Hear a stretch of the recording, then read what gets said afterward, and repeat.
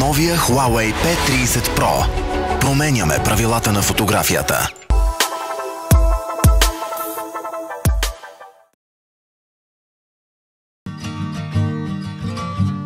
Jared, I want you to do well. I want you to have a great life. I love you, but we cannot see a way that you can live under this roof if you're going to fundamentally go against the grain of our beliefs. Garrard Conley became world famous with his book Boy Erased that he wrote while working in Bulgaria. It follows the story of his fight with a very conservative society in the US that is trying to cure him from his homosexuality using brutal therapies. His memoirs were filmed by director Joel Edgerton, and the main roles are played by Nicole Kidman, Russell Crowe and Lucas Hedges. Today, Garrard lives in New York with his husband and is an activist for LGBT rights. Well, I gotta begin with the fact that I think you're incredibly brave to share this kind of story with the world, because I don't think many people would be willing to do so. Why did you decide to do that? Well, I certainly didn't start writing my book thinking I'm gonna have a movie made out of it and I'm gonna go around. Nicole Kidman and Russell Crowe. No, that was not my goal. I don't think I would have accomplished it if that were my goal, because you have to have, I think, pure reasons for doing something like that. And I certainly didn't start off thinking I'm going to be an activist and go around the world and do all this stuff. But it happened organically, you know. I knew I wanted to tell the story about my life and my parents' lives and do it in a way that really showed the complications of that time, because I thought, we're not the only family that didn't know what to do, right? When I came out, my family didn't know what to do. They were very worried that I would be in danger, so they sent me to this place to cure me. And they did something that, according to a lot of people, could be unforgivable. You know, in the US especially, that a lot of reactions that I get are like, why do you talk to your parents? But what I thought was of value with the story was the fact that we did reconcile. You are in contact with both of your parents nowadays. We talk all the time. Do they know your husband? Yeah. Do they like him? So my mom has gone with my husband and I to see like Broadway plays and stuff in New York. My mom is totally on board. My dad, it's a little bit more complicated. He's a Baptist preacher. So he's still in a very conservative state of mind with a very conservative congregation. But I do talk about my husband with him. Did he give you a name? I need you to answer my question. If he gave you a name. Please, Jared, just answer me. Well, I'm just saying, why wouldn't he give you a name? Enough. Tell me the truth. I'm asking questions too. He didn't give me a name, I don't. The guy's full of shit. No, you will He's not telling a bunch of talk lies. like that in this house in front of your mother. You just watch your mouth. You know, when I was teaching at the American College of Sofia, for example, here in Bulgaria, and I would teach, you know, a unit about whether it's racism or homophobia or whatever, students would often start off by laughing, but by the end of the semester, because we talked about it so much, it was just normal, right? It was just like, oh, there are some people who are black, and there are some people who are gay, and there are some people who are whatever. That's the thing though, people usually lack information when they're homophobic, racist, or whatever. I think that's what it is. You know, I hope that's what it is. Yeah, me too. And they're not just bad people. Sometimes there are just bad people. Your story definitely has a huge impact, first being a wonderful book and then becoming a movie. And we did a podcast too. And a podcast, that's right, a podcast as well. How did the movie come into the picture? So I got a phone call like January of, I think it was 2 years ago, and someone said, well, there's a director who wants to film a movie of your life, and he's trying to get Nicole Kidman and Russell Crowe and Lucas Hedges. I was like, this is a joke, like y'all are making this up. Who is this? Yeah, exactly.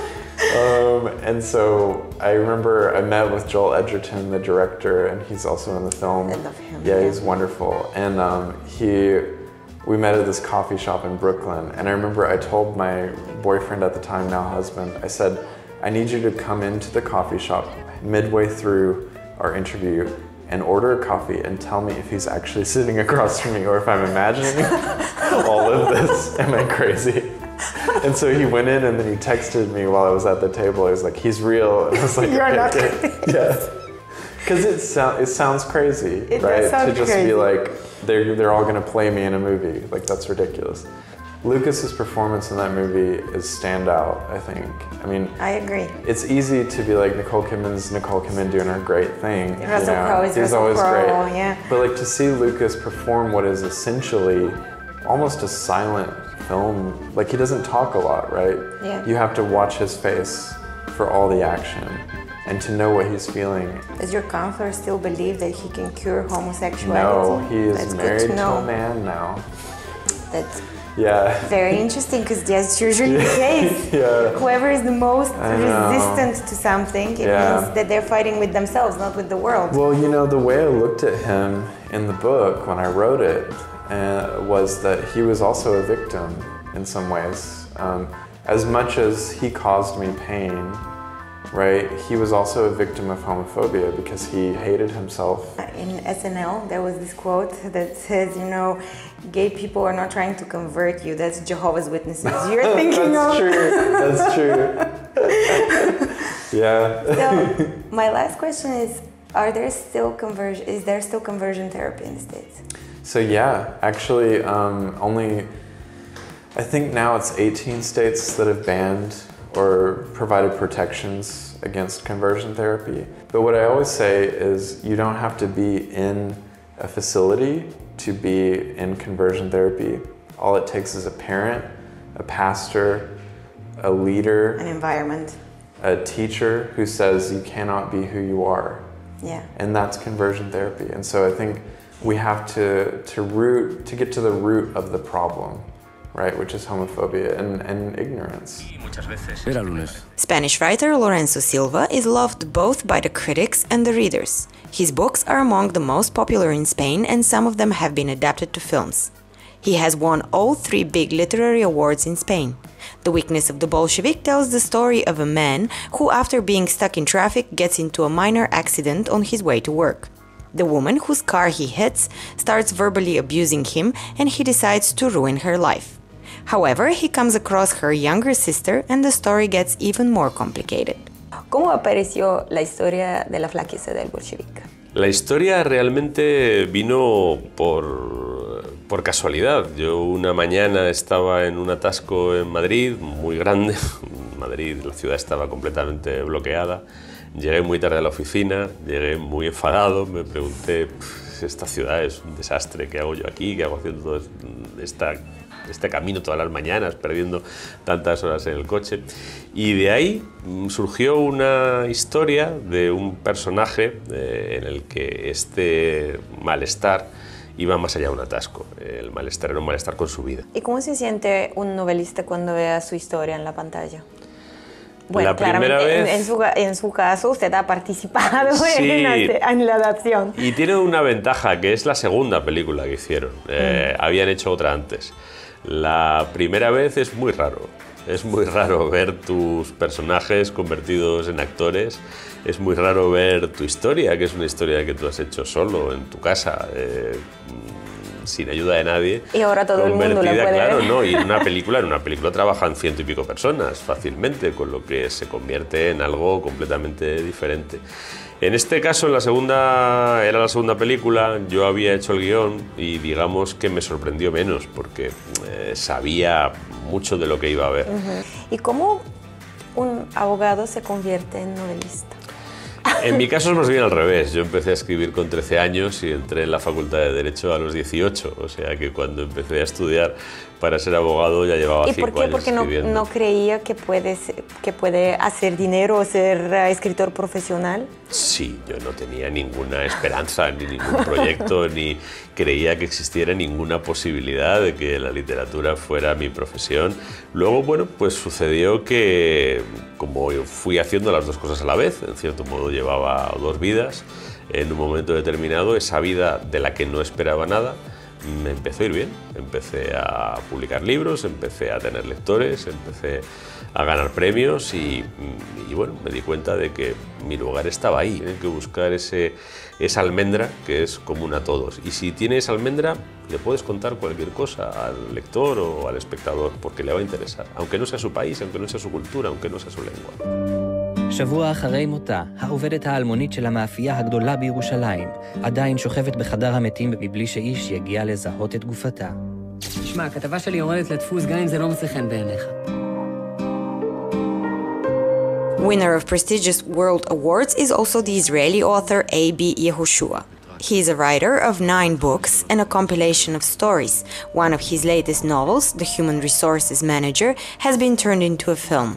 It is the story of an HR manager who investigates what happened to a young woman from the bakery he works at after her body is found. I don't want to commit myself and to say I'm a writer. I write. Yeah. I write. If there is something good, it can be. I was saying to my children, don't depend on my writing. Don't depend that the musas will come to the... If the musas will not come, I will give the salary of the university. This is what you will get. There are many things that are coming before: husband, father, citizen, and then writer. Yeah, yeah. And what is the feeling for a writer to see his novel on the big screen? It's not so important. Did you like it? No, people in the 50s, when a novel was becoming a film, people said, oh, this is a great thing. The novel is becoming a film because film was something. Today, there are hundreds of films and hundreds of films that are based upon novels. And many films are very bad that were taken from good novels. So it is not and even the money is not so big.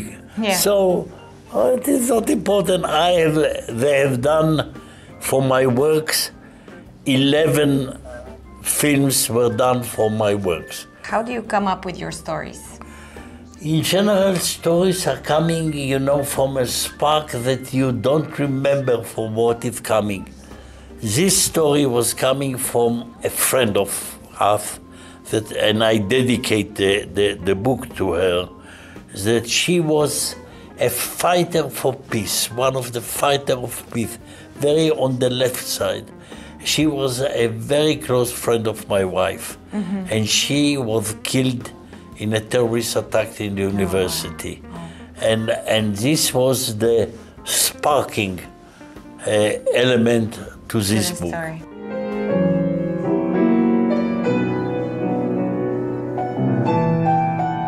Dr. Linda Seger is a script consultant and has lectures all over the world. She has worked on over 2,000 scripts and titles such as Universal Soldier. She is the author of a few books, among which Making a Good Script Great. I did a lot of background work in drama. I got a master's, I worked all through college in it, and I was a college professor for a while. But I did a dissertation on what makes a script work. Why is a script great? What are those elements from, you know, conflict to character arcs to great structure, all of that. And when I entered the film industry, I read a lot of scripts that didn't work. So I decided to put upside down this dissertation, because the dissertation was about what makes a script work. I said, if I reverse that, why is it a script doesn't work? What are the elements missing? If they added these elements, could this be a good script?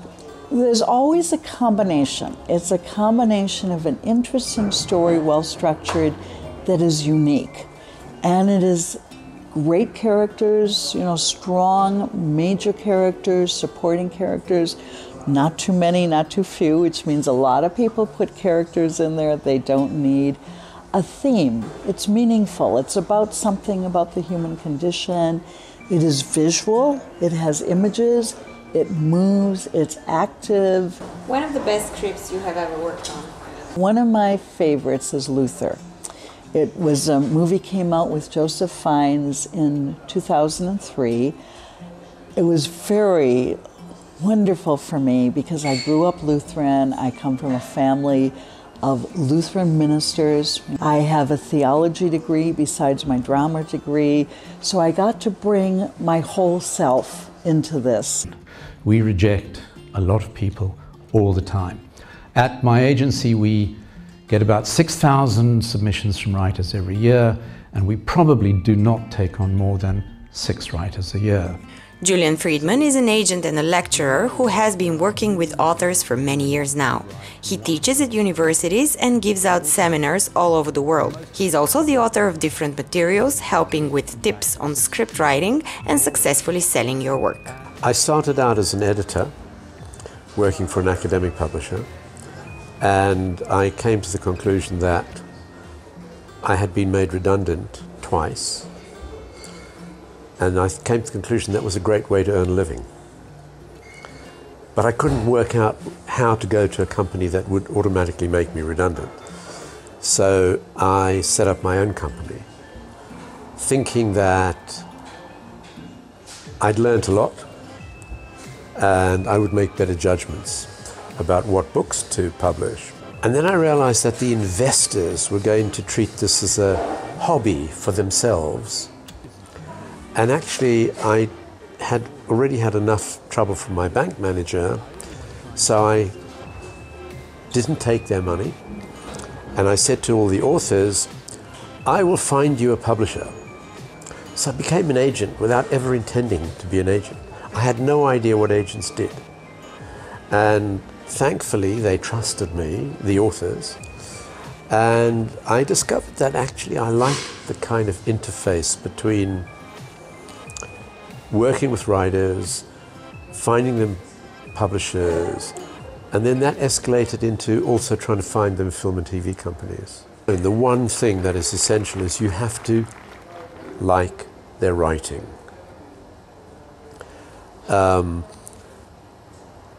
If you like their writing, you then meet them, you try to be very honest with them about what you can and you can't do and how quickly and how slowly certain things happen.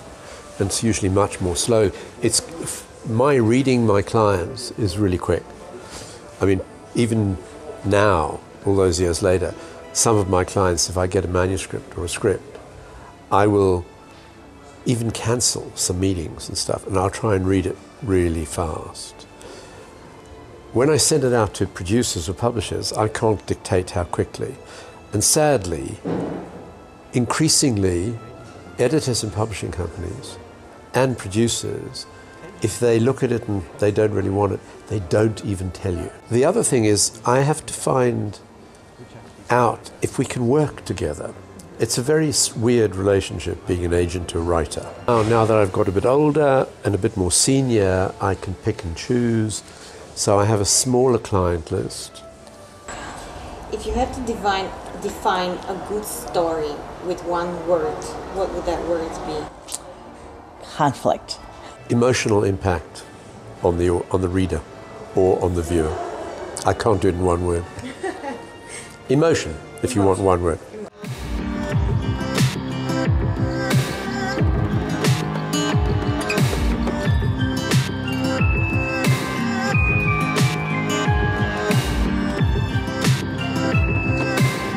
Новия Huawei P30Pro. Променяме правилата на фотографията.